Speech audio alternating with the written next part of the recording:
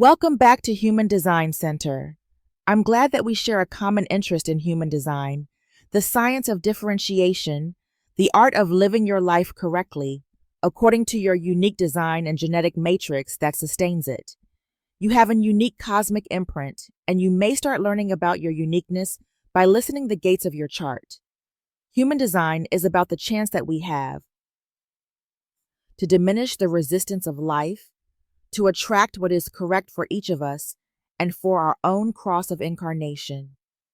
Today you are going to learn or recap, as the case may be, about Hexagram 36, Darkening of the Light.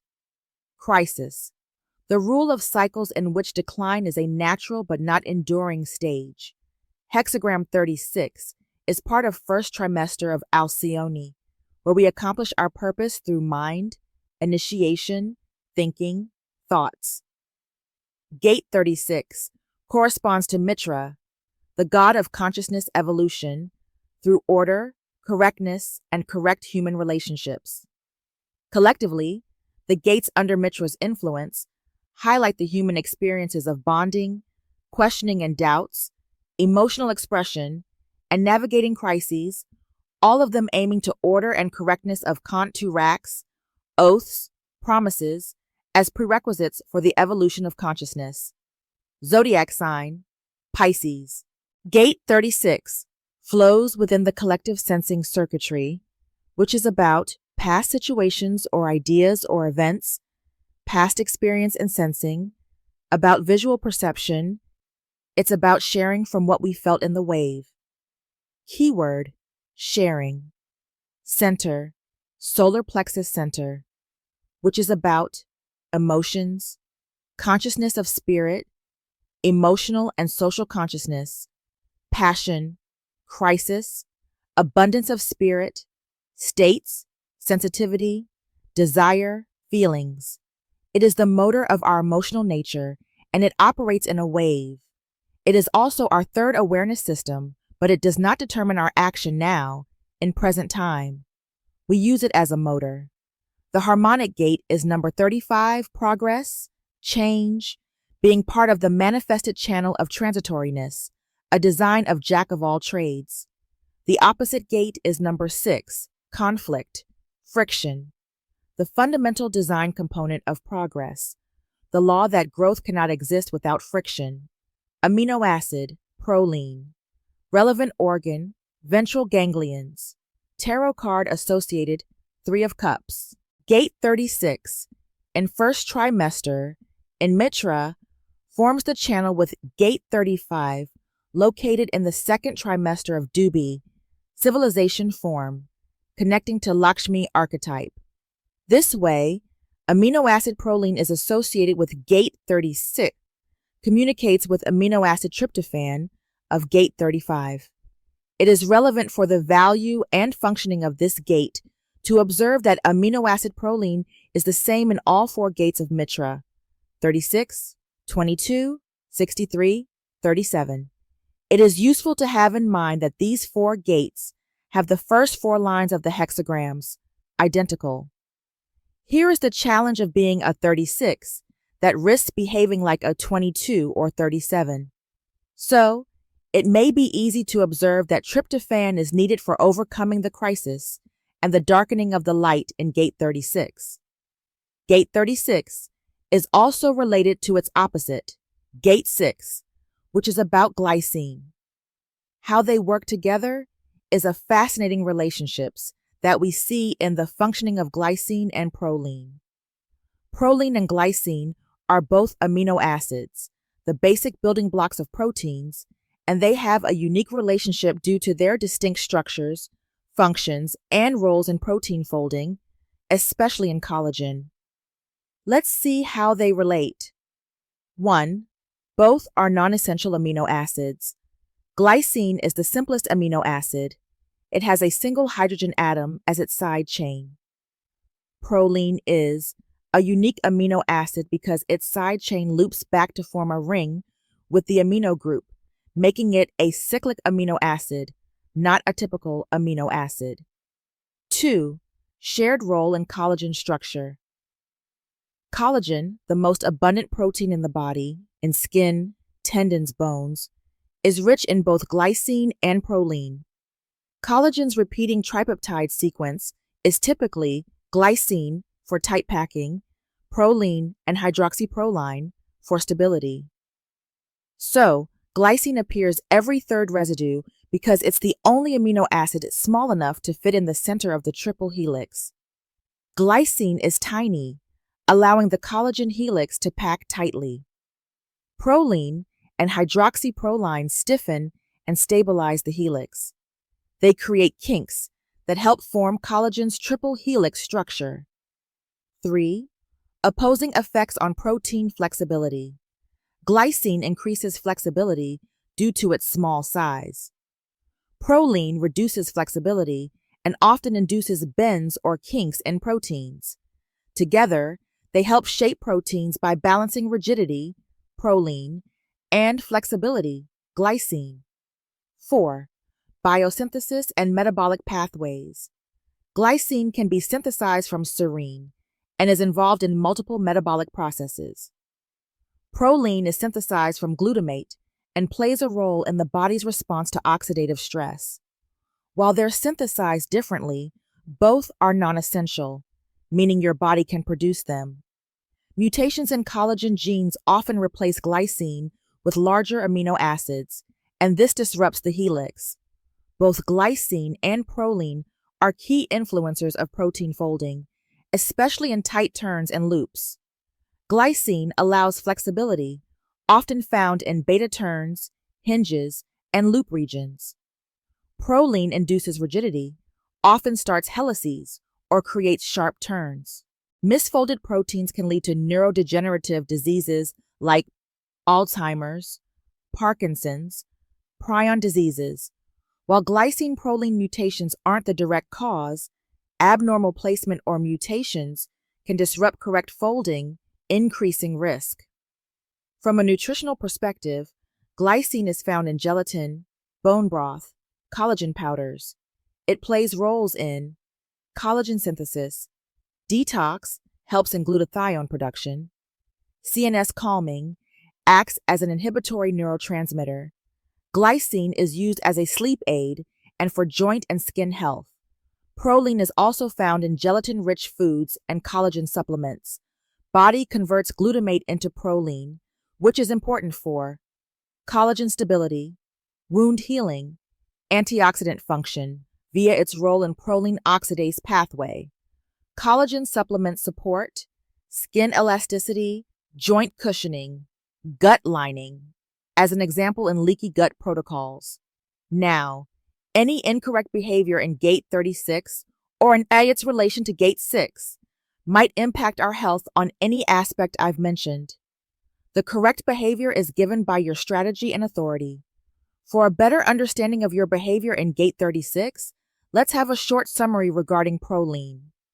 It is a non-essential amino acid, meaning your body can produce it naturally. It plays a crucial role in collagen production, skin health, joint function, and overall tissue repair. Proline is a key building block of collagen, the most abundant protein in the body. It supports skin elasticity, reducing wrinkles and promoting wound healing. Proline helps maintain the strength of connective tissues like tendons, ligaments, and cartilage, being essential for maintaining strong, flexible joints by supporting cartilage integrity. It helps a lot in preventing joint pain and conditions like osteoarthritis. It helps in wound healing and tissue repair, accelerating the repair of muscles, skin, and organs after injury. Proline works with other amino acids to regenerate damaged tissues efficiently. Gut health and digestion depends on healthy levels of proline that supports the gut lining, preventing leaky gut syndrome and improving digestive health.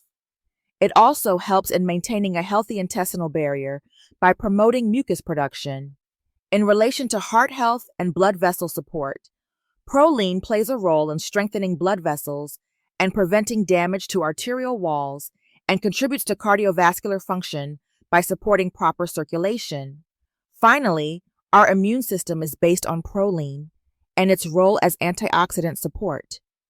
That's because proline is a precursor for glutathione, a powerful antioxidant that fights oxidative stress and aids in immune function by helping to maintain healthy tissues and organs. Since proline is naturally produced, we don't need supplementation, unless the doctors recommend us, but you can boost intake with some food. Sources of proline, such as animal sources, bone broth, gelatin, collagen-rich meats, chicken skin, beef, pork. Dairy, cheese, yogurt, egg whites. Plant-based sources, soy protein, seaweed, legumes, cabbage. For tryptophan connection, please listen Gate 35, posted on this channel. It gives a lot of insights of the functioning of the current Gate 36 when they form the channel of transitoriness. So, since we've located the gate on the mandala and on the body graph, and we have a general summary of the essential characteristics of Gate 36, you also know the benefits of the amino acid associated with the behavior of this placement. You have the elements to keynote the message of this gate. If you have this gate active in your chart, take your time, compose the key phrase of this gate, and feel how it resonates. Leave a comment, share your insights and understandings. Now, let's have a look to the energy of Gate 36, Darkening of the Light. Crisis. The rule of cycles in which decline is a natural but not enduring stage. This means life operates in cycles of light and dark, clarity and confusion, expansion and contraction.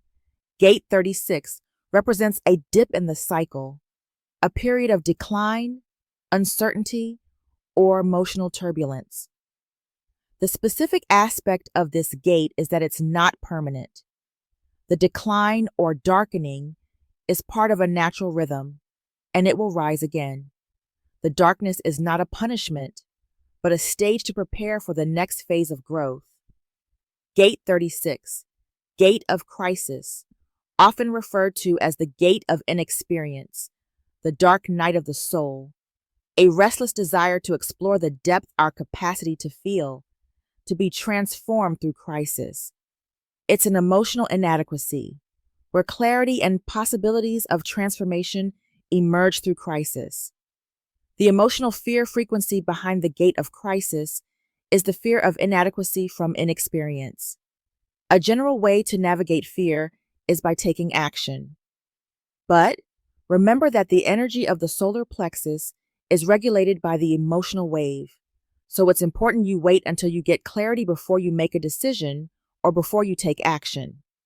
In this case, the 36 searches for Gate 35 to know what kind of change or experience will help it gain experience. Without it, it might not always know how to channel this energy, but that also means you're not here to take action out of every crisis you feel. Gate 36, in Solar Plexus Center, is indeed emotionally intense. It seeks experience, especially new, deep, or dramatic experiences, and the emotions that these experiences bring. Clarity is needed for these emotions, otherwise it might feel chaotic. People with this gate must ride the emotional wave, waiting for emotional clarity before they leap into something new. Remember that they are not meant to act impulsively. The crisis of Gate 36 allows the evolution. It brings the potential for emotional crisis, but within that crisis is the seed of evolution. It's the classic dark night of the soul that eventually leads to growth. The darkness this gate refers to is emotional confusion, often when we face a new or unknown situation. This gate matures through lived experience. Being part of the collective sensing circuit, it's a cyclical emotional energy, which means it's here to learn through cycles.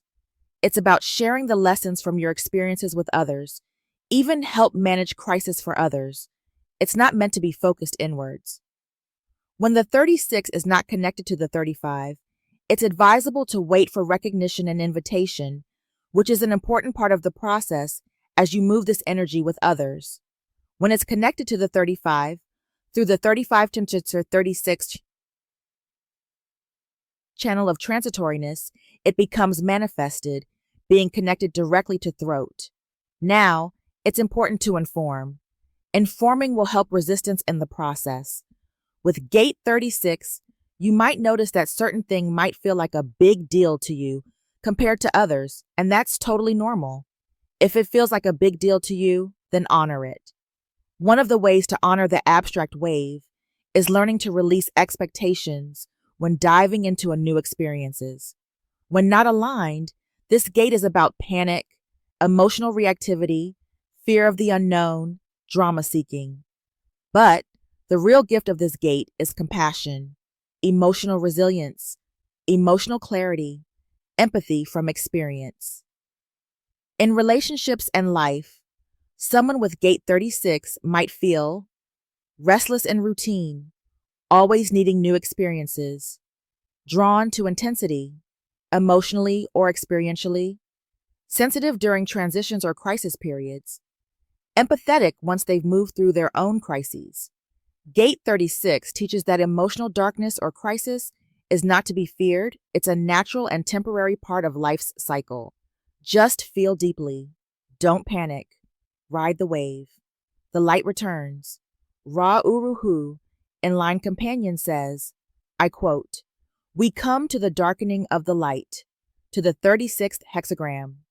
We come to the beginning of our look at possibility gates. This is the possibility to release the emotional energy, the emotional wave. The 36th hexagram is by far the most powerful wave releaser that we have. It has a direct access to the throat, the channel of transitoriness, the design of a jack of all trades, the design of the experiential way, the design of gaining experience. This is all about the experiential path, and this hexagram is enormously powerful in that. When people see that it is the gate of crises, the thing to recognize is the nature of this gate and why there is crisis there. This is gate of inexperience. It has been initiated by the 41st hexagram, which initiates the fantasy, the beginning of a possible new experience. It finally gets into the solar plex system in the 30, and there it becomes a feeling and a yearning to be able to fulfill the nature of that feeling. When it gets to the 36, that feeling is fully conceptualized in the emotional sense of the word. What is there is the readiness, the depth, if you will.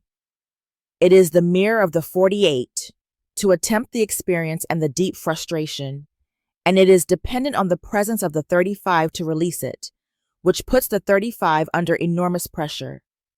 This is the human way. Because it is the gate of inexperience, what happens is that, regardless of what the experience is going to be, there is always a point of crisis, maybe a tiny crisis, maybe a huge crisis, but inexperience always leads to that. You can't help but make mistakes when you have never tried something before. You have to be very lucky to avoid that. In that sense, this is the nature of crisis here. The awareness and power to generate a feeling or not. This is the energy to generate a feeling, to generate it outwards to drive an experience. In sexual terms, this is the gate of sexual penetration. This is the gate where you have to do it. By the time you get to the 36, you have to do it, whatever the experience is. You have all this energy built up in you so that you are prepared for it at any given moment. The change can be so sudden in that sense. This awareness possibility is the hunger wave of hope and pain. Here, the frustration is very powerful. I must penetrate this experience. I must have this experience. This is the energy that is there. And of course, when you are hopeful, it is like, yes, I get it. When you are full of pain, it is, why can't I get it? And the frustration that comes with that. What usually happens is that what you can't get from one source, you usually give to somebody else. It is not personal after all. This is the classic story of someone who is full of desire, and they go looking for their lover, and their lover is not home. And they find another one in the bar. This is strictly impersonal. This is simply about living out the experience. If there is nobody there for that experience, there will be someone else. That is why crisis is so common in this. It is not personal. It just pops out all the time. Keep in mind that the 36 is exactly opposite the 6, which generates the motor, and the 36 is its mirror. Nothing generates a wave like the 36. It is quite an expressive thing to see it in motion. End of quote. Now you may return to the amino acid section of this material to listen how this opposition functions in our body through proline of gate 36 versus glycine of gate 6. I've researched the connections between glycine and proline, and I found some interesting differences and similarities, but my conclusion is that they have a biological mechanism needing each other. Well, I hope I've piqued your curiosity because we go on now to climb the 6 lines ladder of gate 36. It's a process that will bring clarity to you in relation to nuances of the content and expression of the 36th gate. At the end, we will touch upon the crosses of incarnation, where gate 36 plays its role for our conscious sun and become part of the purpose. Let's see the 6 stages of development of this energy and possible dualism in its manifestation. Gate 36, line 1, resistance. This line is the application of intelligence to limitation. Each gate has 6 lines, and line 1 is always the foundation, the investigator line, seeking stability and understanding. It's trying to understand what crisis is, how to prepare for it, and how to survive it. Any line 1 seeks inner security before moving forward, and in gate 36, that means becoming familiar with emotional intensity and discomfort. In gate 36, line 1, resistance means you may resist jumping into emotional experiences until you feel safe, or until you've gathered enough information to mentally understand what could happen. But life won't always wait, and part of the learning here is that crisis can't always be prepared for. The application of intelligence to limitation. This line tries to use logic and past knowledge to navigate emotional situations that are actually irrational or unclear in the moment. This creates tension, so the person with this line might want to understand everything before they feel ready, resist emotional or experiential Ds that feel chaotic, feel uncomfortable in emotional territory they can't predict, try to intellectualize emotions, doesn't work well here. The challenges of line 1 in gate 36 appear when you are not aligned with the correct energy of this gate. Emotional resistance or withdrawal, overthinking before action, feeling paralyzed or frozen in uncertainty, misusing intelligence to avoid feelings or unknown experiences. The high expression of this gate is about wisdom from studying emotions and emotional patterns, preparing responsibly for the emotional waves of life, teaching others how to ride crisis with grounded awareness, becoming emotionally intelligent through experience, not avoidance. If this line is defined in your chart, conscious or unconscious, you may be someone who hesitates before stepping into unknown emotional terrain, needs emotional safety or predictability, learns deeply through emotional or crisis experiences, but at your own pace, might have early life experiences where emotional overwhelm was intense, making you cautious now. Gate 36, line 1, resistance, is the emotional foundation for navigating crisis. It wants to understand and prepare, but life, especially emotions, can't always be controlled or predicted. Trust that even when things get dark, you can handle it, not with logic alone, but with experience. Crisis cannot be avoided, but resistance can transform into resilience. Mars exalted, the energy and determination to persevere in the face of opposition, the emotional power to handle crisis. Mars is the planet of drive, energy, and courage. When a planet is exalted, it expresses the best, most empowered qualities of the line. Mars brings force, will, aggression, and momentum. In emotional terms, solar plexus, it energizes emotional tenacity, resilience, and the courage to feel.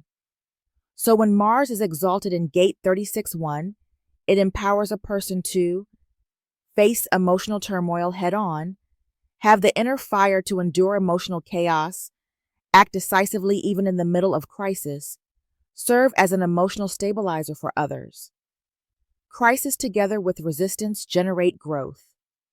This is the archetype of the emotional warrior who doesn't run from crisis but grows stronger through it. They don't collapse when feelings get intense. Instead, they root down, stay present, and move through the emotional wave. They learn how to resist destructive impulses or fear of emotional pain. If this is active in your chart, you may feel a natural drive to handle crisis directly, emotionally intense, but not fragile, called to help others stabilize during emotional turmoil, like you're built for the hard moments of emotional life. This can be a beautiful leadership energy, especially in emotional or relational spaces. Gate 36, line 1. With Mars exalted is the emotional warrior at the gate. You resist being overwhelmed, have the courage to feel fully, and persevere through any emotional storm with strength, depth, and presence. You are a foundation in emotional crisis, built for deep feeling and brave exploration, a guide for others moving through emotional chaos. Jupiter in detriment, an over-principled resistance that rather than being selective in resistance and thus less at risk, will maintain normal patterns and incur opposition. A resistance to change that will always bring crisis. This particular placement reveals a deep emotional theme around rigidity, resistance to change, and the inevitability of crisis when growth is resisted. Line 1 is the foundation line. It wants security, stability, and a solid base before entering the unknown. In Gate 36, this instinct shows up emotionally. It seeks to resist emotional turbulence, even when change is necessary. Jupiter is the planet of growth, expansion, wisdom, and belief systems. In detriment, its positive traits can become distorted. Overexpansion becomes dogma. Wisdom becomes rigid ideology. Growth becomes inertia or stubbornness. So when Jupiter is in detriment in Gate 36-1, there's a tendency to resist necessary change because of rigid principles, stay stuck in old emotional patterns, avoid crisis at all costs, ironically, inviting even more crisis. Gate 36 is about emotional evolution through discomfort, but with Jupiter in detriment, the person may cling to emotional norms even when they no longer serve. There's a belief that if I stick to what I know, I'll stay safe. This creates bottled up emotions, which ultimately explode into crisis. This is like holding a dam shut too tightly. The pressure builds until it breaks. If we break down the sentence of Jupiter in detriment, we understand that Gate 36 with this placement is about being over-principled. It says, this is how I've always felt, done it, even when it's not working. Emotional inflexibility, avoiding emotional risk, even when it's needed. Crisis creation. By avoiding the unknown, crisis becomes inevitable. Pattern clinging, holding on to routine emotional responses for false safety. Moral rigidity, refusing to change beliefs or behaviors, even when growth calls. This detriment can teach a deep lesson. Growth often requires emotional risk and flexibility. Sticking to old emotional truths leads to predictable emotional breakdowns. This is not a punishment. It's an opportunity to learn that emotional resilience means adaptation, not avoidance. To move from dogma to wisdom through lived experience. Gate 36, line 1. With Jupiter in detriment, describes someone who may resist change due to strong principles or emotional habits, but in doing so, repeatedly invites the very crisis they fear. In line companion, Ra Uruhu gives us the message of Gate 36 from his unique knowledge. I quote, "When you come to the first line, you come to the foundation and the line of introspection. More than anything else, all first lines, if you look at them, are very clear about describing the intrinsic nature of the gate. Above the lines it says, the rule of cycles in which decline is a natural but not enduring stage. Decline, in this sense, is the limitation of the inexperience. After all, these people are of enormous value to us. On the logical side, we see that we cannot have solutions without experimentation. Here, we cannot make sense out of life unless we've had enough experience. It is all about getting the experience. It is impersonal, and sometimes it can be very painful, but it's part of our human way.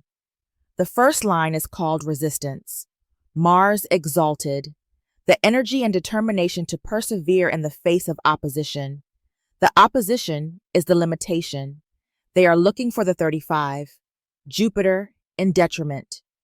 An over-principled resistance that rather than being selective in resistance, and thus less at risk, will maintain normal patterns and incur opposition. In the Book of Letters, you can see how it moves both sides. On one side, you have the emotional power to handle crisis. The 36th gate is about that. These people always handle their crisis. It is the other that has problems with the crisis. They both have a crisis, but the 36th gate cruises through it, and the other person has a shattering experience. It is very good for them. By the way, it is an ancient end-of-the-wheel gate. It carries a lot of wisdom in that experience. So, every time you get shattered in crisis, there is something to be learned.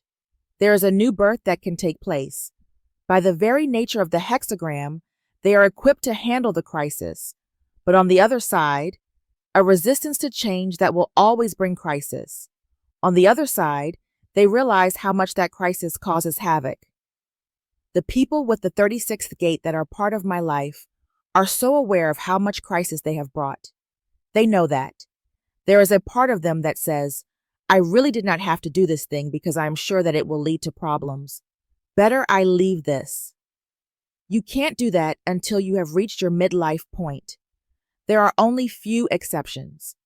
After all, the 3536 is a mirror of the 1648, and they are both about talent, and talent takes time. In the logical process, it takes repetition and depth, and in the abstract process, it takes a great deal of experience and fortitude to survive the crises and keep on going on in the experiential way. Slowly in their lives, they begin to recognize that not only do they go through crisis, but they can generate a great deal of crisis. Later in life, they become much more selective. This is the maturing process that is built into this hexagram.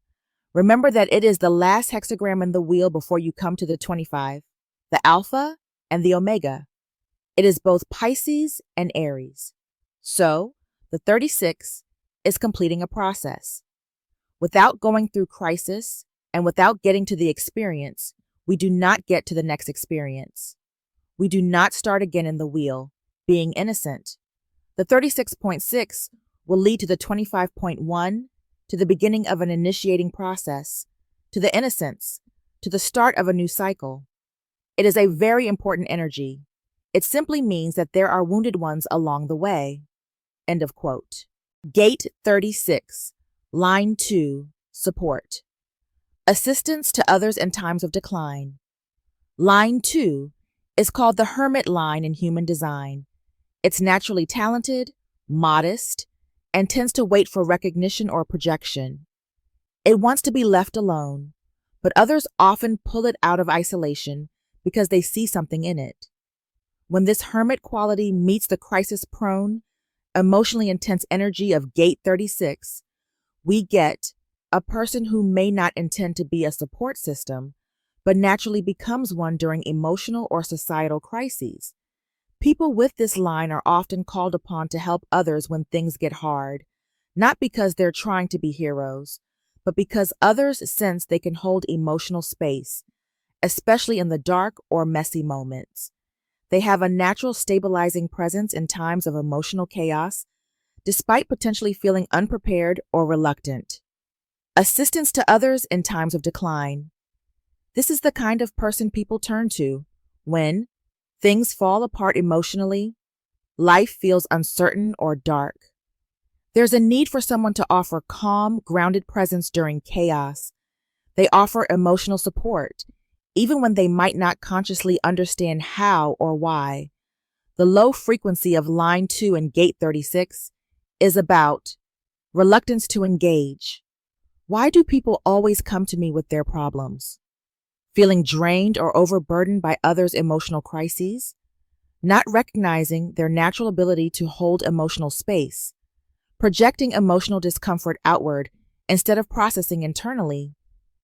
When fully aligned with the message of this line 2, there are some qualities to be recognized, such as a quiet emotional guide for others, provides non-judgmental space in emotional turbulence, helps people find clarity or peace during crises, sometimes just by being present, brings light into emotional darkness not by doing, but by being. This line doesn't seek out crisis, but when it comes, it's often ready or becomes stronger through it. It has the potential to model emotional calm, even if it doesn't consciously understand how. And because line 2 is inherently modest, this support is usually not showy or loud. In fact, the person may not even realize their impact on others.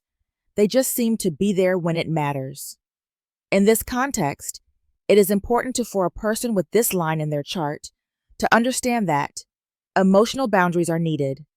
People with this line may need to learn when to help and when to step back, or they risk emotional burnout. Waiting to be called is their nature. Line 2 functions best when it's invited or recognized. Don't force yourself to save people. Honoring their timing is an important aspect. Since this is in the emotional center, clarity comes over time. Don't feel pressured to respond emotionally on the spot.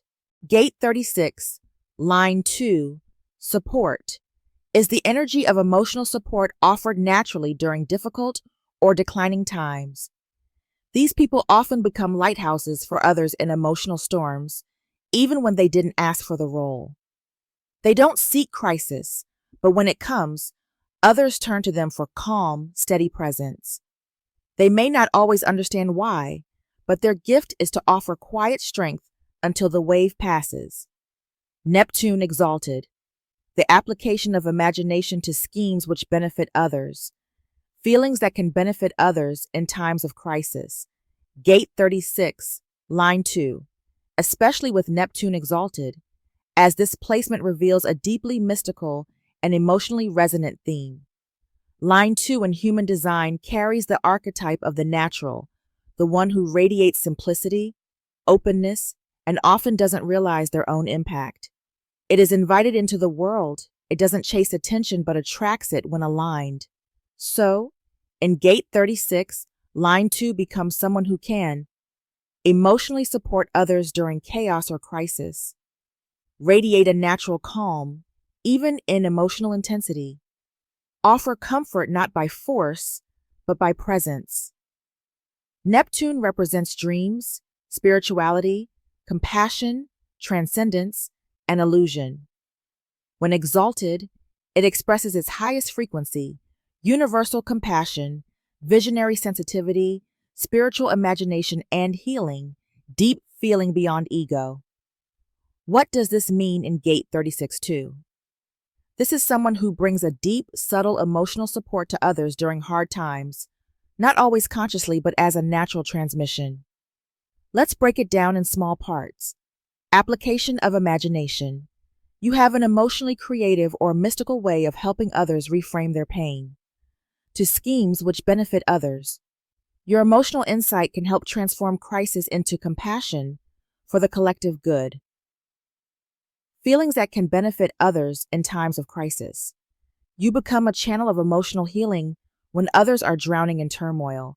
You may not know why people open up to you or why you're often present when something intense happens, but your very presence softens the emotional field.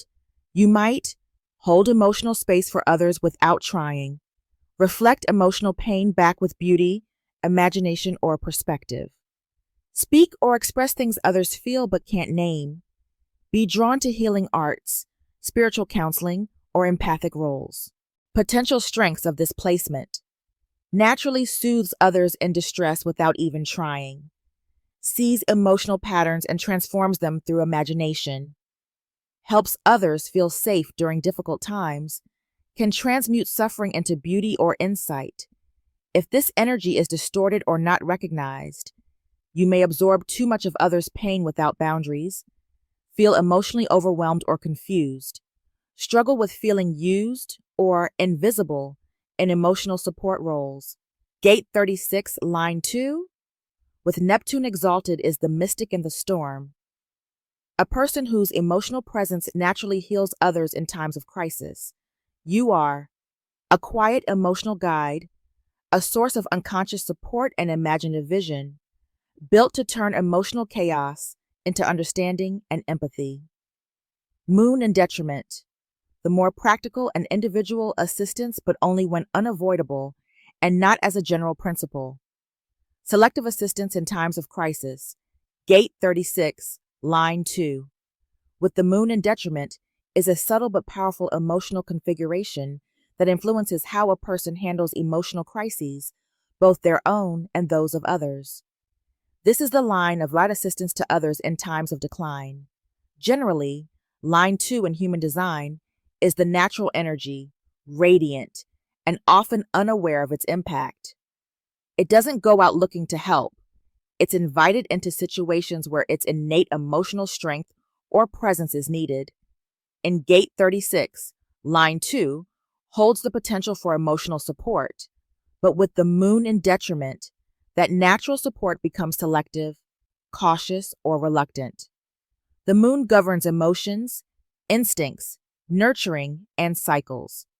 In its detriment, emotional energy can become inconsistent, self-protective, unreliable as a support system, guided more by survival or emotional avoidance than care.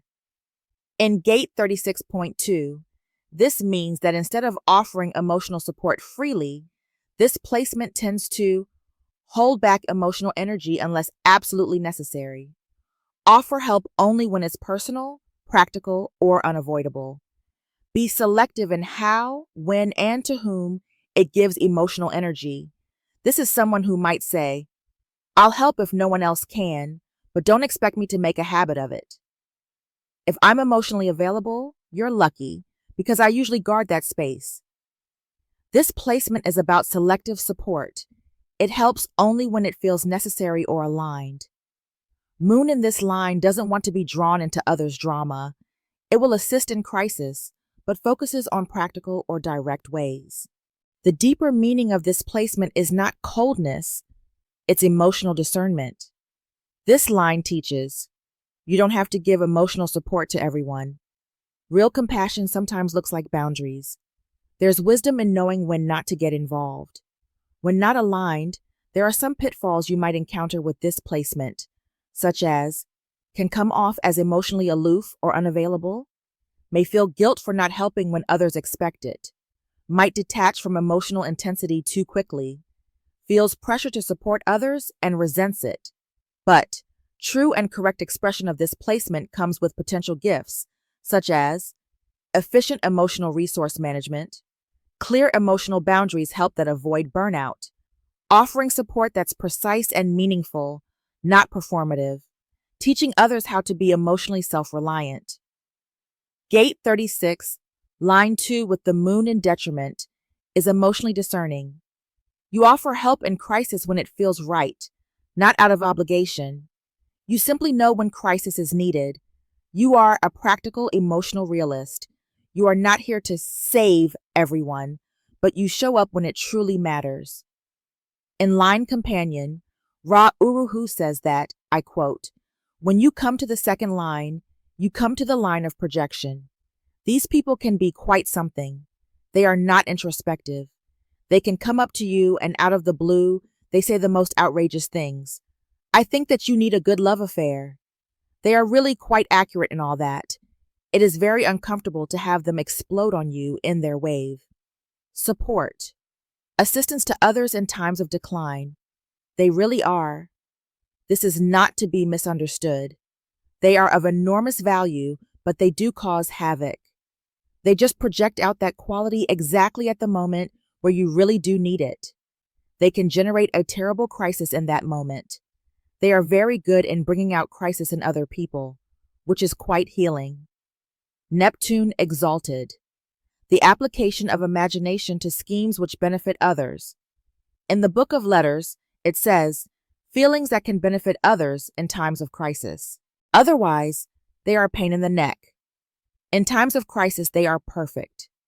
They will get it out of you. You will go through that experience and you will get it. They know that you need the experience. Even if you don't, they know. That is the whole thing to understand about this gate. The nature of this gate can be seen in the espionage line. They have a sense of, aha, they need it. Here in the second line, this is the beginning of this power, to recognize the moment to bring that force into somebody's life. By the way, at the same time, they get their experience. They are great in initiating that crisis so that they can get the experience. I knew that they needed it. It is not personal, but it can be deeply beneficial. This is the nature of crisis. The whole abstract process is about beginnings and middles and ends, and crisis is just the path along the way. When you get to the other side, moon in detriment. The more practical and individual assistance, but only when unavoidable and not as a general principle. That is, selective assistance in times of crisis. They don't always do it. They don't always get you at that moment. Sometimes that is very cruel and brings its own crisis. Crisis is necessary for us to develop our experience, and the moment we stop seeing crisis as something that is bad, instead of seeing it as something exciting, it is all about making life exciting. I have a lot of 35, 36 people in my life. They are hilarious. They need that excitement.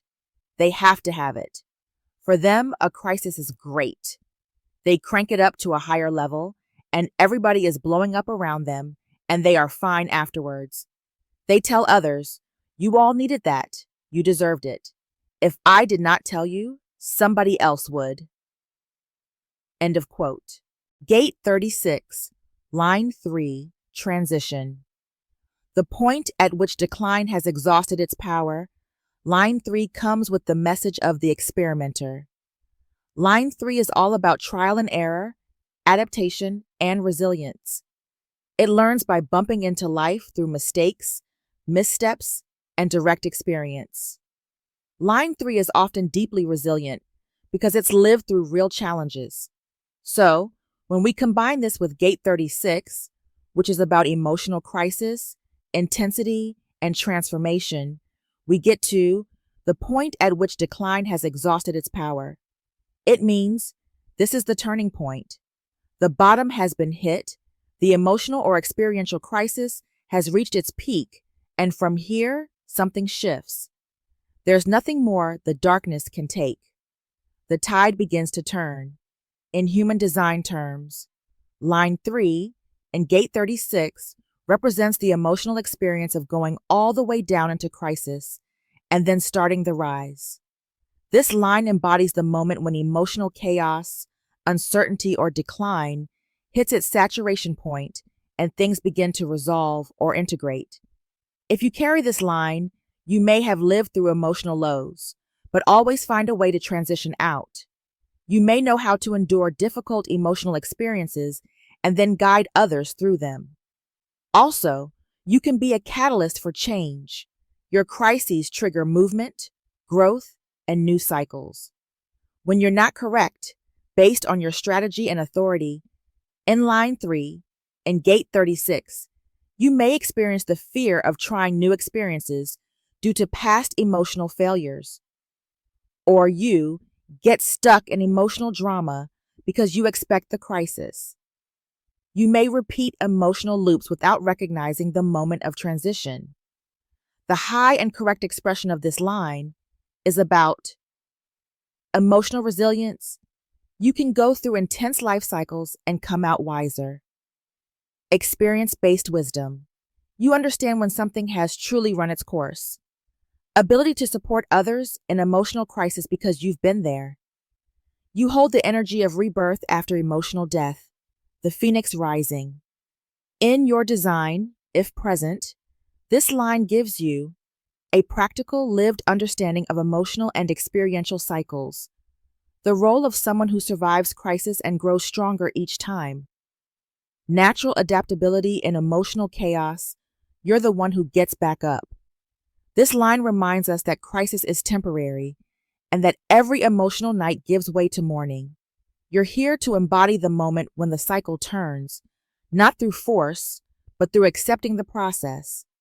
Gate 36, line 3. Transition is the turning point where emotional or experiential crisis begins to lift. You've gone through the storm, and now you're adapting, integrating, and beginning the next phase. This is the energy of, I've hit bottom, and now I rise.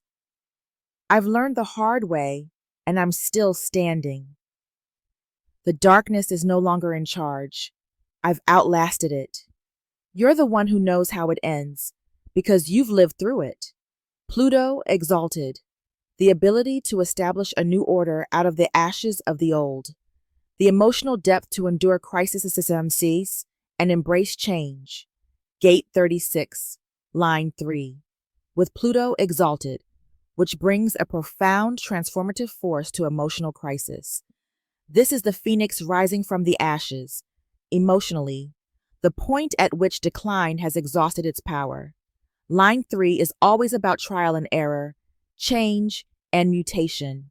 It learns by engaging with experience directly. In Gate 36, this line is the turning point in emotional crisis, the moment when darkness loses its grip and a new cycle is possible. So this line carries the seed of rebirth, but not without first facing the full intensity of emotional breakdown. Pluto rules death, rebirth, transformation, power, and the subconscious. It operates slowly, deeply, and irreversibly. When exalted, its energy is evolved, empowered, and generationally transformative. In Gate 36, Pluto brings its power to emotional crisis, turning emotional decay into evolutionary change. Pluto, in this line, is the alchemist of emotional experience. You don't just endure crisis, you use it as fuel to create something entirely new. Even when your world seems to collapse emotionally, you have an inner capacity to rebuild, stronger and more conscious. With Pluto exalted in this line, you are able to let go of old emotional patterns and build new ones. You can withstand deep emotional breakdowns without collapsing. You embrace change. You don't just accept emotional change, you invite it. You grow from it. Your emotional transformation becomes a guide for others in crisis. In your internal process, you may feel like you're often thrown into emotional chaos, yet you emerge wiser, more compassionate, and radically changed. You might resist the fall at first, but once surrendered, you find strength you never imagined. This is a Plutonian mutation of the emotional body, one that purifies, burns, and rebuilds. When you don't integrate the neutrinos of this exaltation, you are not aligned and you face certain challenges, such as getting stuck in emotional breakdowns without moving toward the breakthrough, fear of letting go of the old emotional identity, attracting dramatic experiences as a form of transformation without stability, believing you're only valuable after suffering. The highest expression of this placement is about emotional leadership through wisdom and transformation, holding space for others' darkness because you've been through your own, ability to see crisis not as the end, but as the beginning of evolution, emotional faith in the cycle of death and rebirth. Gate 36, line 3. With Pluto exalted is the archetype of emotional rebirth.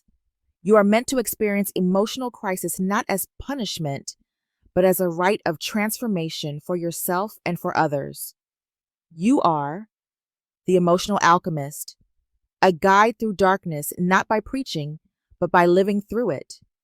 Built for emotional revolution, not survival alone, but reinvention. Jupiter, in detriment. The tendency in renewal to try to assimilate the remains of the old order into the new, with the risk that it may rise against the new order once it has regained its strengths. The embrace of the change, but with feelings that will not let go of the past. Jupiter represents growth, expansion, ideals, morality, and societal patterns. In exaltation, it uplifts and supports new systems with vision and generosity. In detriment, however, Jupiter's expansive energy can become imbalanced, overindulgent, or misguided in its sense of what's right. Let's analyze the sentences of this placement in small pieces. The tendency in renewal to try to assimilate the remains of the old order. In an emotional rebirth, you might try to carry remnants of old emotional patterns into the new phase of life.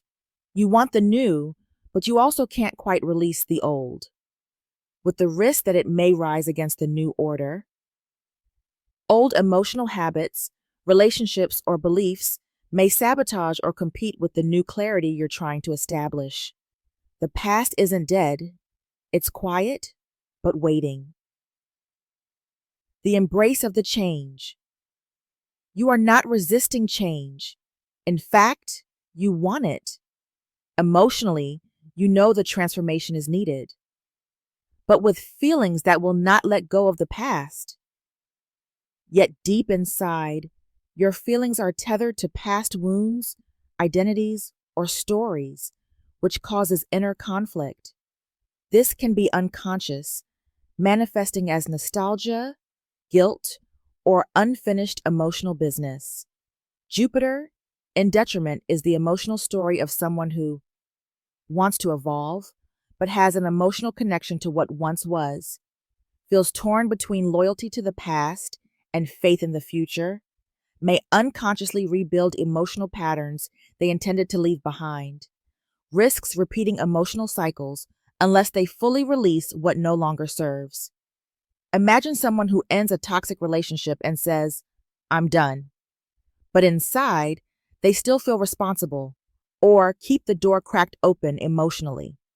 They move on, but bring emotional residue with them, and it sabotages their growth.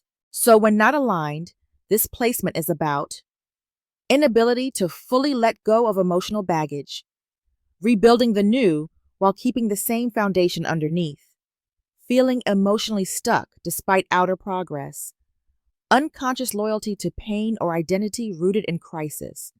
The high expression of this placement offers emotional wisdom about the danger of carrying the old into the new, awareness that true renewal requires full release, the courage to consciously sever ties with old emotional narratives, a strong sense of emotional integrity and honesty.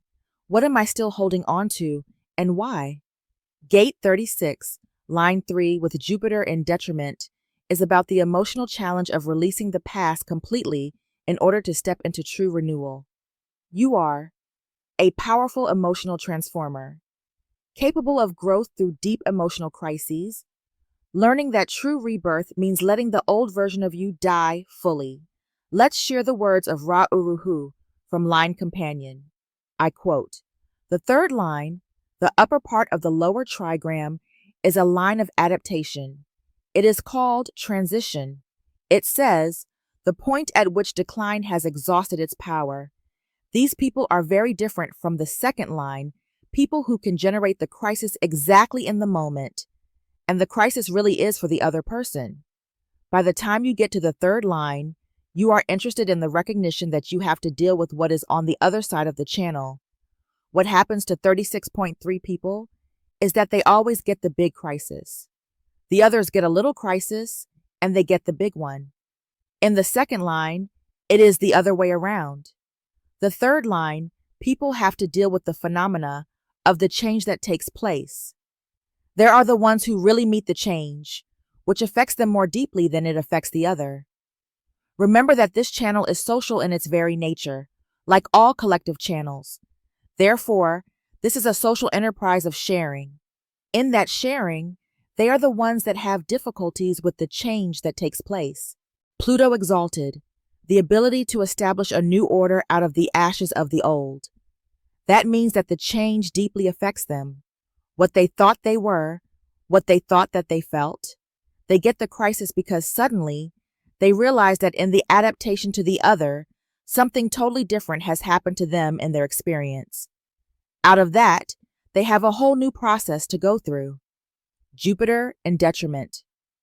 The tendency and renewal to try to assimilate the remains of the old order into the new, with the risk that it may rise against the new order once it has regained its strength. These people did not really want that change. They only wanted the experience, and they got something else with it. When you make love to someone and they get pregnant, you did not want all that. You just wanted the experience, and all of a sudden they have to deal with it, and they end up with the crisis. This is something to keep in mind about the nature of the third line. Here in the Book of Letters, the emotional depth to endure crisis and embrace change. The change will always come for these people. They are forced to adapt. The embrace of the change, but with feelings that won't let go of the past, resisting the nature of the change. You can hear these people say, "I wish I hadn't done that. Why did they make me do it?" End of quote. Gate 36, line 4, espionage. This is the ability to prepare for and anticipate decline through the accumulation of secret or privileged information. Line 4 is the opportunist, the networker. Line 4 is focused on influence through relationships. It connects, builds trust, and shares what it knows through its network. It's about friendship, loyalty, and strategic sharing, and often withholding information until the right moment. These characteristics are used in Gate 36, which is about emotional crisis, change, and turbulence. Espionage in Gate 36 means you have the potential to sense or know when a crisis is coming, not because you feel it emotionally like line 1 or 2 might, but because you've observed things, talked to people, gathered information, and read between the lines. This is emotional intelligence mixed with strategic insight. Practically speaking, you're someone who might anticipate emotional chaos before it erupts, because you've picked up on subtle cues or background dynamics.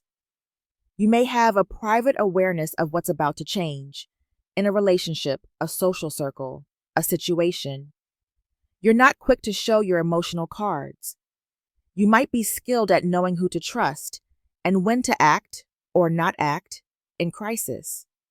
When not aligned with the message of this gate, it's about emotional manipulation, using emotional knowledge to gain advantage or influence others, secretiveness that blocks emotional intimacy, holding back key emotional truths until it's too late, or only revealing them to shift power. Mistrust or suspicion, always preparing for decline or drama. Using your authority and strategy, you'll get the correct message of this line, such as emotional preparedness. You see the signs before others do. Strategic wisdom. You can guide others quietly through decline because you've observed the pattern. Protection of self and others from emotional harm by using what you've sensed. You might be a whistleblower of emotional truth, revealing what's hidden at the right time. Espionage in this context is not about being sneaky, it's about emotional foresight. It's the deep watcher of the emotional world, someone who knows where the waves are headed and guards others as they move through them. It's like the guardian of emotional intelligence during chaos, the one who doesn't panic because they saw the signs ahead of time.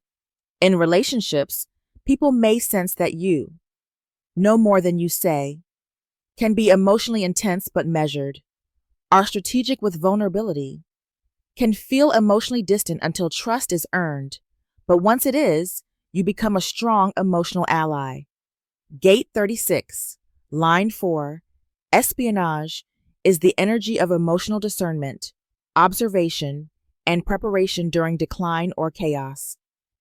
This line holds the quiet power of emotional foresight, knowing what's coming without needing to say it out loud, choosing when and if to reveal emotional truths based on strategy, safety, or timing. You're the one who quietly prepares the raft before the flood. Pluto exalted. The ability to prepare for and anticipate decline through the accumulation of secret or privileged information. The realization that knowledge, both covert and esoteric, is necessary if one is to be prepared for crisis and change. 36. Line 4. With Pluto, exalted experiences the emotional crisis, especially through hidden knowledge and psychological preparedness. Every line 4 in human design is interpersonal and influential, often associated with the networks, trust, and emotional leverage.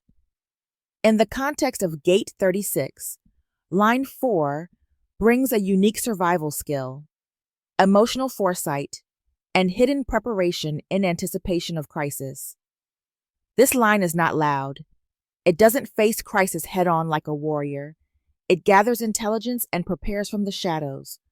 Pluto governs transformation, power, hidden forces, death, rebirth cycles, and the unconscious. In exaltation, its influence is deep, precise, penetrating, and transcendent. It gives psychological insight, emotional endurance, and the capacity to transform darkness into power. We'll see the exaltation meaning, analyzing piece by piece the two sentences. 1. The ability to prepare for and anticipate decline, meaning that this line doesn't react to crisis, it anticipates it. You may have a weird emotional radar for when things are about to fall apart. You watch, listen, observe, and know how to act when the timing is right. 2. Through the accumulation of secret or privileged information, you gather hidden knowledge, whether through subtle observation, psychological insight, intuition, esoteric study, astrology, human design, mysticism, access to things others don't see or understand. This is the archetype of the emotional strategist, like a covert agent who understands what's beneath the surface. 3. The realization that knowledge, both covert and esoteric, is necessary. This configuration respects that truth is often hidden. You're drawn to forbidden knowledge, taboos, mysteries, secrets, because you know that what's beneath the surface is what shapes emotional reality. 4. If one is to be prepared for crisis and change, emotional preparedness is your greatest strength. You're not trying to avoid crisis, you're trying to outgrow it before it hits. You fortify yourself internally, knowing the world outside will eventually change. So, this is an archetype of emotional strategist, navigating crisis through intelligence, not panic. Intuitive spy, because this placement feels what's coming, often before others do. Seeker of hidden truths, since it's drawn to deep psychology, mystery traditions, metaphysics. Quiet transformer, since it doesn't need visibility, works in shadows, but with power. Survival through insight, knowing that foresight is protection. If you do not filter correctly the neutrino of this placement, you might experience paranoia or secrecy without clarity, withholding knowledge or being emotionally manipulative, hoarding insight without using it to help others, distrust or fear of exposure, obsession with control or prediction. When aligned, catching the highest expression of this placement, you experience some gifts. Emotional foresight and psychic intelligence can prepare others for crisis thrush, so not just self. Deep insight into patterns, cycles, emotional change. Strength to transform quietly and effectively. Wisdom that comes from embracing the hidden curriculum of life. Gate 36, line 4. With Pluto exalted, is the emotional strategist who survives and thrives through hidden wisdom, intuition, and preparation. You are a guide through emotional chaos, not by brute force, but by deep psychological insight. Not easily shocked, because you've already felt it coming. Moon and detriment.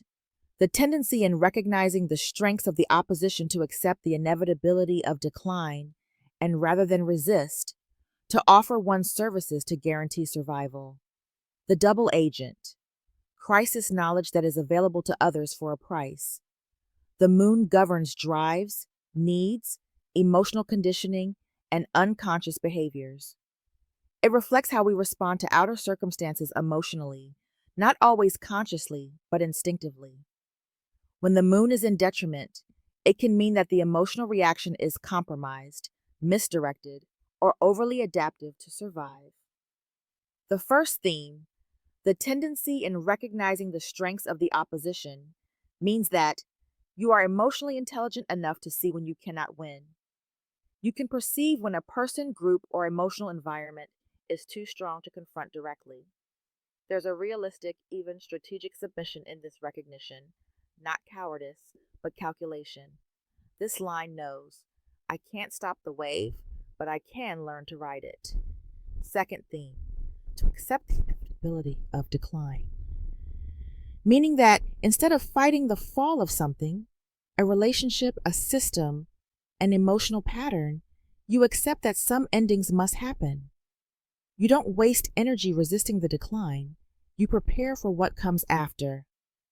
Third theme, and rather than resist, to offer one's services to guarantee survival.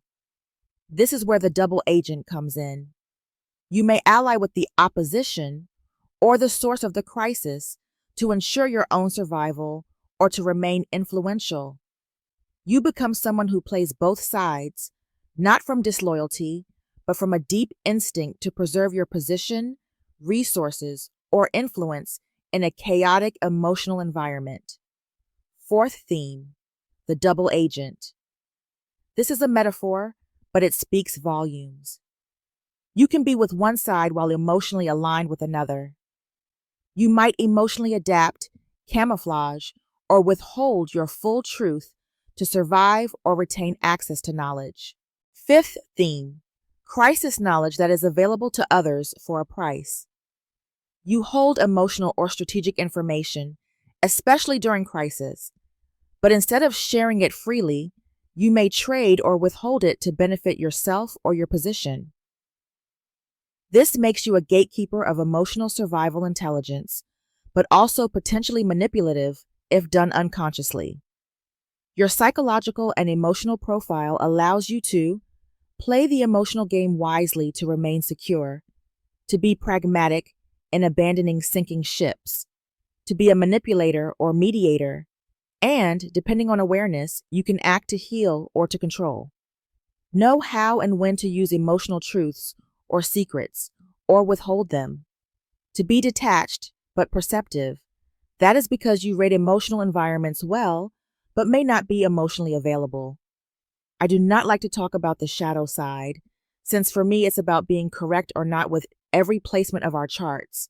But for this placement, indeed, there might be a shadow side when you don't filter the neutrino correctly.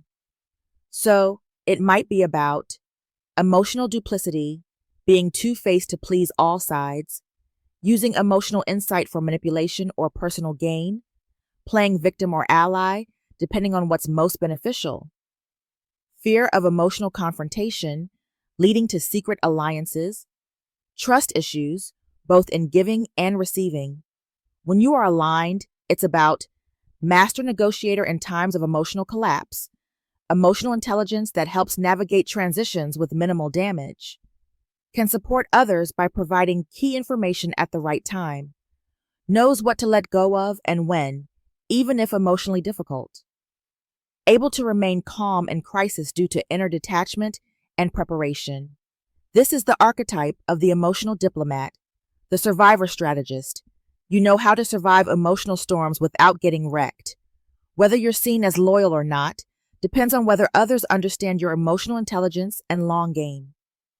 You may not fight the battle directly, but you make sure you're still standing when it's over and often know how to help others survive it too, though it may come at a price. Gate 36, line 4. With the moon in detriment is the emotional double agent, someone who survives crisis not by confrontation, but by adaptive intelligence, emotional secrecy, and knowing when to align with a power, even if it's uncomfortable. You are emotionally pragmatic and intuitive, not always transparent, but often effective in surviving chaos. Someone who must choose between survival and integrity. From Ra Uru Hu, here is the message for this line, extract from line companion. I quote, "We come to the fourth line and we begin the process of the upper trigram. The fourth line is about externalization, which has a narrow field to it. It is fixed. It has this one-pointedness about its nature. The moment that you get into the upper trigram, you get into the social context. After all, we have a collective circuit here, which is social by its very nature. Its keynote is to share, and by the time you get to the upper trigram, what you are looking towards is the other side. The fourth line is about mastering the nature of the other. This line is deeply perceptive of the other. They are interested in getting their change and in fulfilling their experience, and their one-pointedness is that they can only do that by knowing the other. That knowing of the other can be beneficial or detrimental. It depends on the perspective, whether you are the spy or you are the victim of the spy.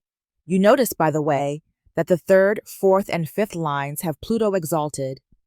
This line is called espionage, the ability to prepare for and anticipate decline through the accumulation of secret or privileged information. I have met so many people that have an astrological background who are deeply interested in the patterns of others, working out exactly what they are. In the Book of Letters, the realization that knowledge, both covert and esoteric, is necessary if one is to be prepared for crisis and change. What happens to these people is that their crisis is that they are always busy looking at others and not seeing themselves. They get their crisis when they have to see their own mirror, but they have a real gift of looking into the other. Here, you find the moon in detriment, the tendency in recognizing the strength of the opposition to accept the inevitability of decline, and rather than resist, to offer one's services to guarantee survival. The double agent. This is where their gift pays off in blackmail or in fees. Crisis knowledge that is available to others for a price. That price can be money or a piece of flesh. It depends on the circumstances. The one-pointedness of the line is that this is all about knowing the other. Anybody that comes to me with this line, the first thing that I tell them is, you'd better learn about other people to understand how they operate. While you are doing that, don't forget to learn about yourself. You'll save yourself an enormous crisis that way. End of quote. Gate 36, line 5, the underground. This line is about successfully surviving crisis through adaptation, the ability to maintain one's security and principles while adapting to circumstances. Line 5 in human design is the heretic, the leader. Line 5 is projected. Others place expectations on it. It has a pragmatic, universalizing energy. Let me solve this for everyone. It wants to fix, guide, or reform, but it's often misunderstood or idealized.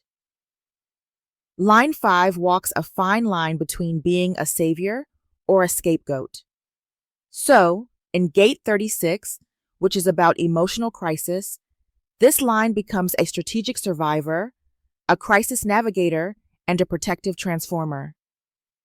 The underground, there is a complex meaning in this metaphor.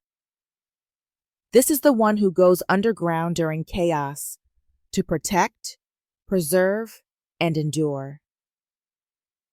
Think of a resistance leader, a refugee guide, or someone who knows how to hide in plain sight. It's about maintaining your truth and integrity, even when the world is in decline or emotional upheaval. It's a covert strength, not about direct confrontation, but adapting without selling out. Surviving crisis by being strategically invisible when needed. From an emotional perspective, you know how to navigate emotional storms in a way that preserves your core identity. You might adapt your surface, your tone, or your actions, but your principles remain intact. This is not manipulation. It's strategic transformation in dark times. You help others feel secure in emotional crisis by being the one who keeps calm and doesn't get swept away. When you don't get the authentic message of this line, it's about hiding too long, losing touch with others emotionally, being projected on as cold, detached, or secretive, being misunderstood. People think you don't care when in fact you're protecting your emotional core, emotionally withdrawing instead of engaging with what needs to be felt. The gift of line 5 in gate 36 is about strategic emotional leadership in times of crisis, staying rooted in truth even when everything around you is shifting, providing refuge or direction to others in emotional turmoil, knowing when to act and when to stay quiet and observe. If you carry this in your chart, you may be seen as someone who others expect to hold steady during chaos. You may feel the pressure of projection. You should fix this for us. You have a survivor's wisdom. You've been through crisis and know how to adapt. Also, you offer leadership from behind the scenes, not by being loud, but by being solid, wise, and emotionally intelligent. Gate 36, line 5, the underground, is the energy of strategic emotional resilience. You survive and even thrive in crisis, not by overpowering it, but by knowing when to step back, when to adapt, and how to stay true to yourself through it all. You are the emotional protector others may not always understand, the one who navigates storms with strategy, someone who knows how to endure emotional darkness without losing the light inside. Pluto, exalted, perfected survival, regardless of conditions, immunity to crisis as both generator and survivor. Line 5 is the heretical leader, fixer, or practical savior. It always wants to solve problems on a larger scale and influence others. In gate 36, line 5 is emotionally strong and unshaken by chaos. It survives not by hiding or adapting, but by owning the experience of crisis and transforming it. Pluto governs death, rebirth, power, deep change, and evolution. It's slow-moving, generational, and rules over what's buried, intense, and karmically inevitable. In exaltation, Pluto expresses its highest vibration, deep transformation, power through truth, and total regeneration. Let's unpack the sentence of this exaltation. 1. Perfected survival regardless of conditions. You possess a rare and almost mythic emotional resilience. This means you don't just survive crisis, you do so with dignity, strength, and inner clarity no matter how bad it gets. Your survival isn't based on luck or chance. It's based on emotional mastery, pattern recognition, and intense experience. You're like a spiritual, emotional Navy SEAL, forged through pressure and built for turbulence. 2. Immunity to crisis. Emotional crisis, for most people, brings instability. But here, there's a kind of psychic immunity. You may not panic when things fall apart. Your nervous system is wired to hold emotional intensity. You may even attract or generate crisis as a natural path of growth and transformation. 3. As both generator and survivor, this is a powerful paradox. Generator of crisis. You might initiate experiences that disrupt emotional or social norms, consciously or unconsciously. You may bring intensity into environments that feel stagnant, shaking up what's false or outdated. Survivor of crisis. Even after the storm, you remain stronger and more grounded. You've likely been through a lot emotionally, and people sense your depth and gravity. Others may look to you in crisis because your energy says, "I've been through worse." In essence, you are the storm and the calm that follows it. This placement builds an archetype that transforms raw emotional chaos into wisdom, emotionally and psychologically endures anything.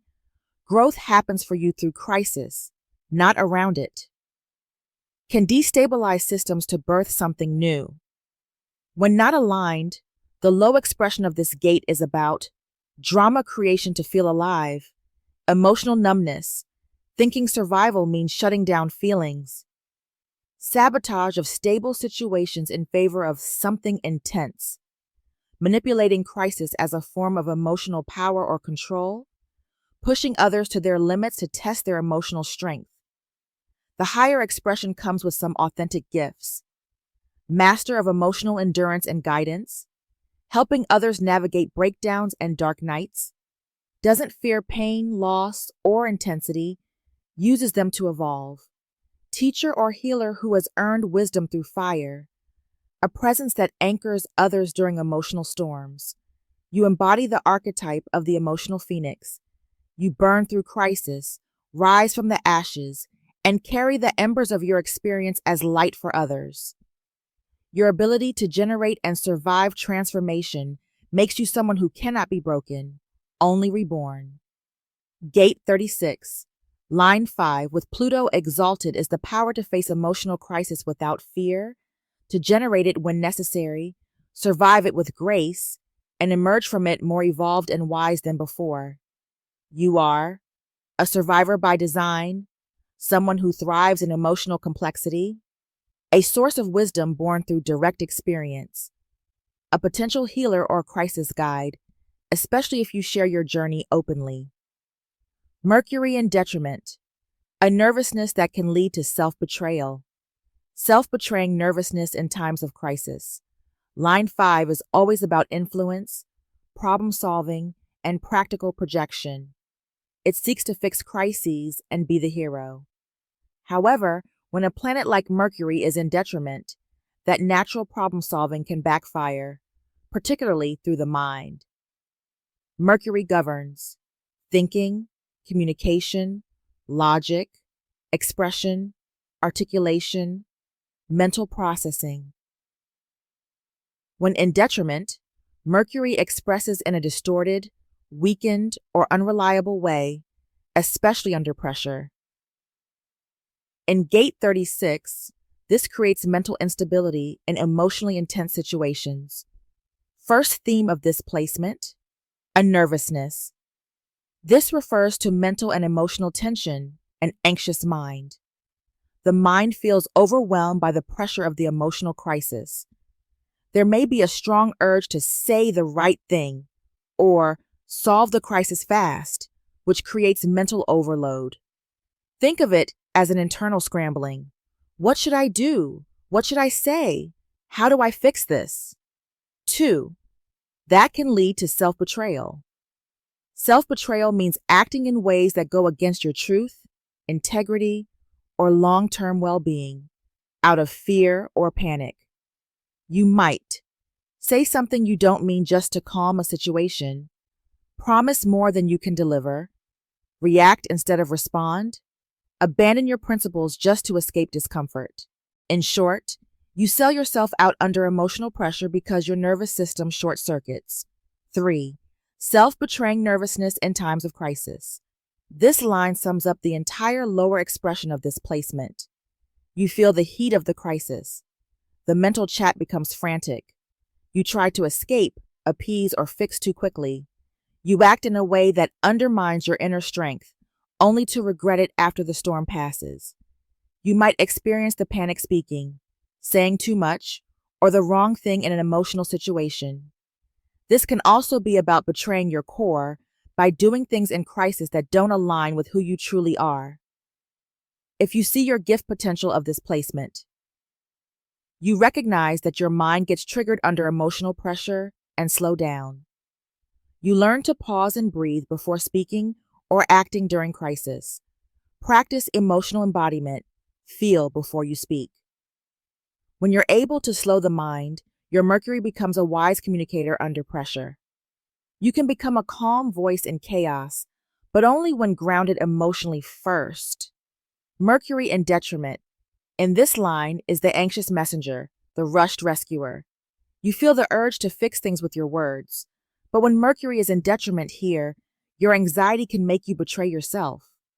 The lesson is to anchor your emotions first and let the mind serve your heart, not the other way around. It is compulsory to wait for emotional clarity. Gate 36, line 5 with Mercury in detriment shows someone whose mental anxiety during emotional crisis can lead to speaking or acting in ways that sabotage themselves. You are mentally sharp, but emotionally reactive when under pressure. Capable of leading through chaos if you regulate your nervous system first. Learning that emotional truth precedes verbal truth. Developing mastery over how to communicate during storms, not just what to say, but when and why. Maybe, about this line, the words of Ra'uruhu will give you insights. I quote from Line Companion. Fifth line, universalization. We get to the sum total of the nature of this. It is called the underground. Pluto exalted, perfected survival regardless of conditions. These people will get their experience and they will survive it. That does not mean anything about others. They are here to get their experience. When they are really of value for others is when they have been through enough experiences. Immunity to crisis as both generator and survivor. In other words, no matter what their situation is, they can always move from inexperience to experience and always will. And damn the consequences. They are out there to get their experience. This is nature of what this hexagram is about. When you get to the other side, Mercury in detriment. A nervousness that can lead to self-betrayal. They can get very nervous because they know that the crisis is coming. They can feel it coming, and sometimes they can let it go without getting their opportunity to go through it because what they want is the experience at the other end. By the way, these people end up being either fascinating or deeply boring. If they do not have an interesting life, what they tell you over and over again will drive you crazy. Self-betraying nervousness in times of crisis. They know when the crisis is coming.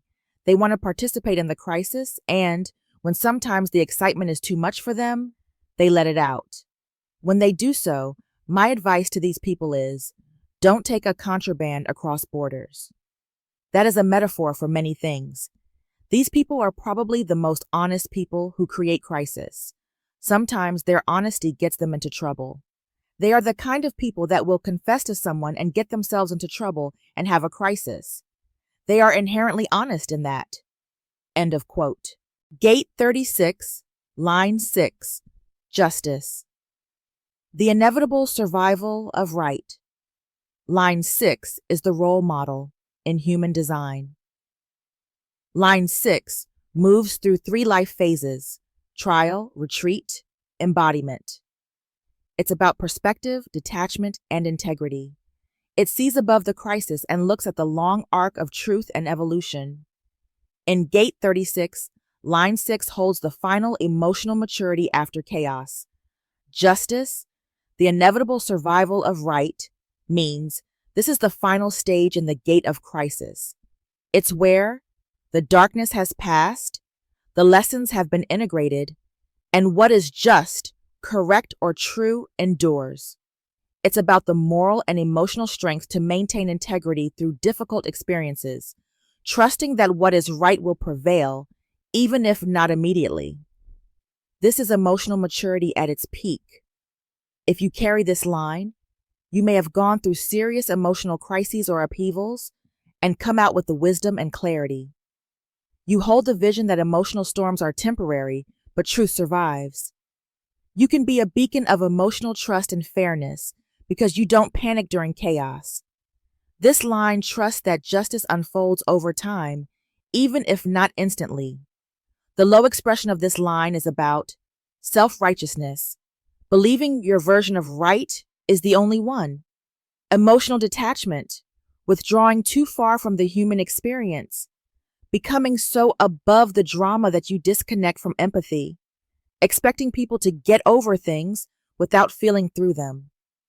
Based on your strategy and authority, you experience the gift of this line 6, such as emotional leadership rooted in values and patience, the ability to hold a long-term perspective in crisis, offering guidance to others because you've already moved through similar emotional darkness, serving as an example of dignity, resilience, and emotional fairness.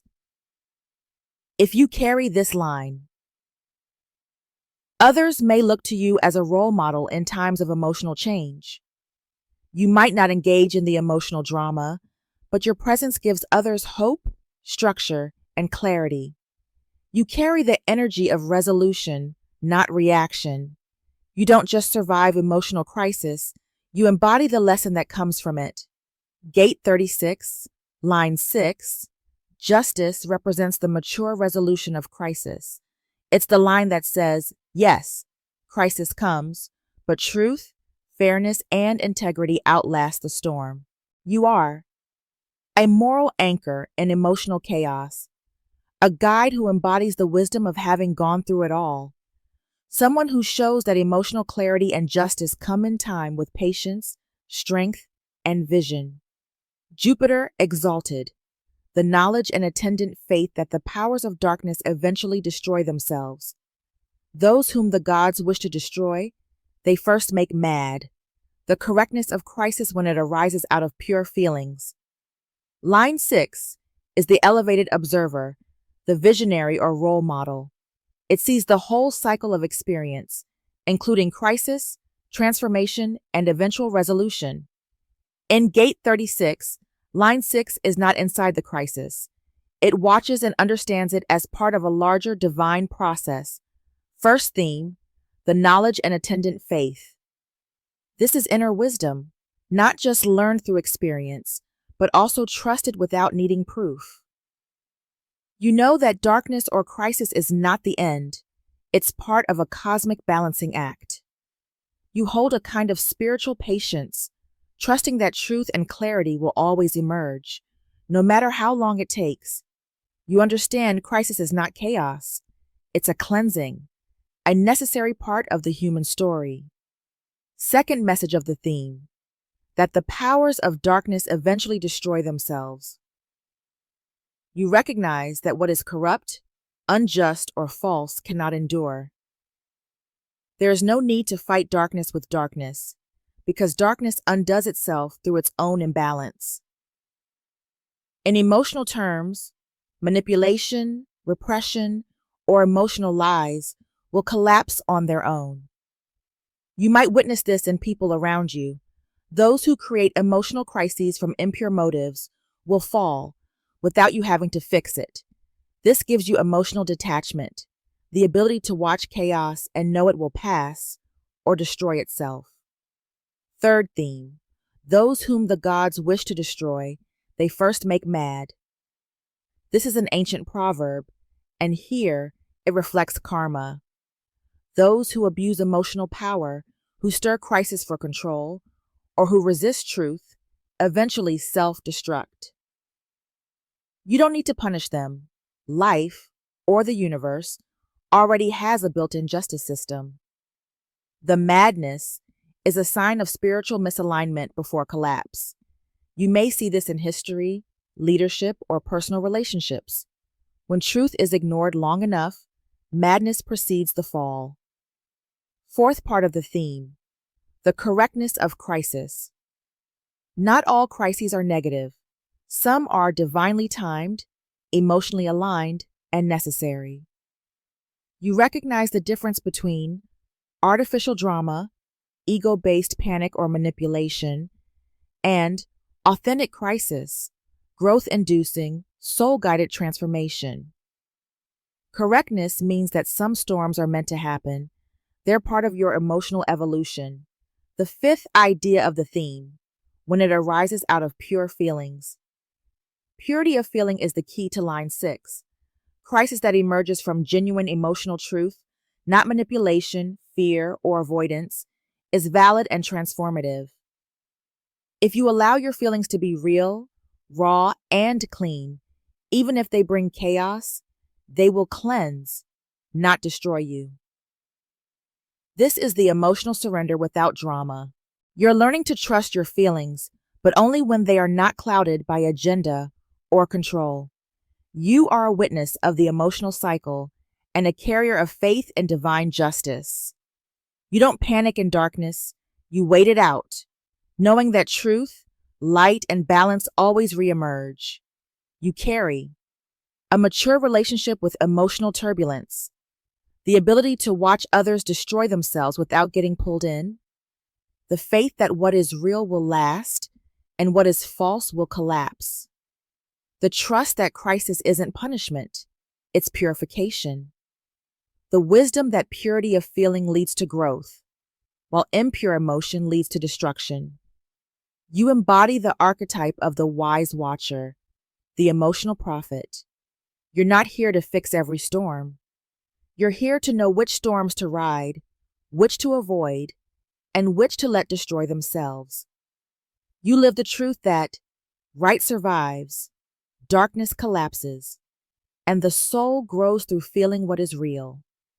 Saturn in detriment, a profound sorrow and cynicism that is not diminished by the understanding that darkness is self-annihilating. The sorrow or cynicism that comes with seeing that despite the correctness of the feelings, there is always crisis. Saturn is the planet of discipline, karma, and limitation. When Saturn is exalted, it brings mastery, structure, and commitment. When in detriment, it expresses its shadow, burden, hardness, fatigue, pessimism, guilt, or even emotional withdrawal. Let's see in full depth, in small parts, the message of this detriment. 1. A profound sorrow and cynicism. This isn't ordinary sadness. This is existential sorrow. It's the kind of weariness that comes from witnessing repeated emotional suffering in yourself and in others. You may feel like nothing ever really gets better, as if crisis is part of the human condition and it can never truly be escaped. Cynicism develops when hope begins to feel naive, when wisdom turns into jadedness. This is the shadow side of being wise, seeing too much for too long and losing faith in change. 2. That is not diminished by the understanding that darkness is self-annihilating. Intellectually, you know that what is corrupt or unjust destroys itself, but that knowledge doesn't comfort you emotionally anymore. You still feel the weight of emotional pain and human dysfunction, even if you understand it logically. There's a disconnect between understanding and peace. The head knows, but the heart still aches. This is emotional burnout. The feeling, yes, I know it ends, but why does it have to keep beginning? 3. The sorrow or cynicism that comes with seeing. You're not naive, you see patterns clearly. You've likely seen people repeat the same emotional mistakes, or relationships implode, or societies break down again and again. The weight of this repetitive emotional crisis creates a sense of futility. You see crisis not as a singular event, but as a pattern, and it wears you down. 4. That despite the correctness of the feelings, there is always crisis. This is the deepest wound of this line. Even when you are emotionally true, aligned and honest, crisis still comes. You can feel. What's the point of emotional authenticity if life is still going to bring me upheaval? This is not about being wrong. It's the pain of being right, but still having to suffer. It questions the very value of emotional growth because it doesn't seem to protect you from life's storms. You might face some challenges when not aligned: sorrow, cynicism, disillusionment, resignation. You might feel the emotional weight of the world, an empathic exhaustion, or losing faith in the redemptive power of emotion or experience. A muted emotional tone comes out of, "It is what it is, always a mess." When you integrate correctly the expression of this placement, you develop emotional maturity beyond optimism or pessimism, a kind of quiet acceptance. You learn to hold emotional truth without expecting it to prevent hardship. Just because it's real doesn't mean it's easy. You become a witness of the emotional human experience, grounded in compassion. This is the archetype of the elder, someone who has seen it all and still chooses to stay emotionally present. This is the archetype of the jaded prophet or the tired witness. You feel deeply. You know too much. You've seen emotional collapse too many times. And yet, this line invites you to remain emotionally sincere. not because it saves you from crisis, but because it preserves your humanity. Gate 36.6.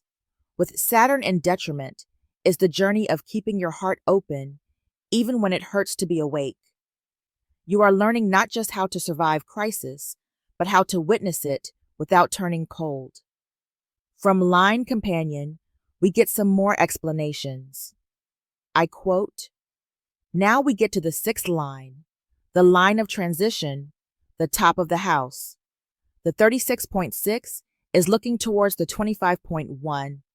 That is the next hexagram, the next line. The 25.1 is about selfless and motiveless action. All of this is deeply manipulative. This is depth, after all. We are looking at the mirror of the 48. It is an emotional depth and understanding of the other operating in the wave, but it is still an emotional grasp of the other, and because of that, there is so much built into the crisis that looks like it is manipulative. What they are looking for, in the end, is action that is without motive. I don't have to do this to get that. The 3536 is the channel of expectations. If I do this and this, I will get that. Then you get to that and you realize, shit, I have to start again. And on and on. This is an ongoing process. Expectation leads to frustration. These people can get deeply disturbed by the fact that life does not reward you that way. You have to get out of the expectation business. This line is called justice. Just is. The inevitable survival of right. Change is the only thing that endures. The 32nd hexagram tells us that. To go from inexperience to experience is the human way. This is correct. 6 lines are always looking for something else. This is looking far beyond the nature of the experience. It is looking for what, in essence, all of this is bringing out in terms of the other side. What does the experience or the change lead to? 6 lines can be depressive. These people have seen it all before, and they are the ones that are least likely to jump at experiences. Like the 59.6, the one-night stand, they can end up being celibate because they do not get the opportunity to see something that is transcendent, transitional for them. The next gate, the 25.1, is a spiritual gate. It is a mystical potential. This is where universal love starts. So they are looking for something far beyond that. Jupiter exalted. The knowledge and attendant faith that the powers of darkness eventually destroy themselves. Those whom the gods wish to destroy, they first make mon divinement. Saturn in detriment. A profound sorrow and cynicism that is not diminished by the understanding that darkness is self-annihilating. Darkness is ignorance. Madness looms as long as there is ignorance. Ignorance is the great darkness. Human beings need to experience to make sense of what it is to be. We need the evidence. Not everything can be evidenced through the formula of the logic process. We need human experience. We need to know what it is like to have to go through and do things. In the Book of Letters, the correctness of crisis when it arises out of pure feelings. As long as the feelings are not pure, they will avoid the crisis. 36.6 people are not the kind of people that you associate with crisis. When they do have them, they are huge. They are not crisis people because they are not turned on by any old experience. There is always this sense of, what else is there? In the detriment, the sorrow or cynicism that comes with seeing that despite the correctness of the feelings, there is always crisis. The deepest crisis is that the crisis goes nowhere, that the wheel keeps on turning, that the expectation is never fulfilled. Deep inside, they know that. What they are saying is, what is the sense of just going through this again? Why can't there be something different? One of the great jokes that you will notice in the lines through the circuits, particularly in the collective, is that all the 6 lines in the logic want to be abstract, and all the 6 lines of the abstract want to be logical. The logic has this tendency to say in the end, does this make sense? And the abstract has the tendency to say, is it really true? Is it a fact? It is where they meet. The collective process is inside of us. We need all of those elements together. This sixth line can get very depressed due to its very nature, to be able to go through change to evolve, to continue this human process. They are the people that are the strongest believers and the strongest desirers of the world coming to an end. They stand up and say, I hope it will all come to an end. I know a number of people who have that line, and when Jupiter was struck by the comet Shoemaker-Levy, they had this big grin on their faces. Oh, I hope it will come to an end. End of quote. Now let's move on to a different perspective to see how the 36th gate sustains or communicates the purpose of life through the crosses of incarnation that are established when the conscious sun is placed within the 36th gate, 36th hexagram, right angle cross of Eden, consisting of following gates: 36, 6, 11, 12.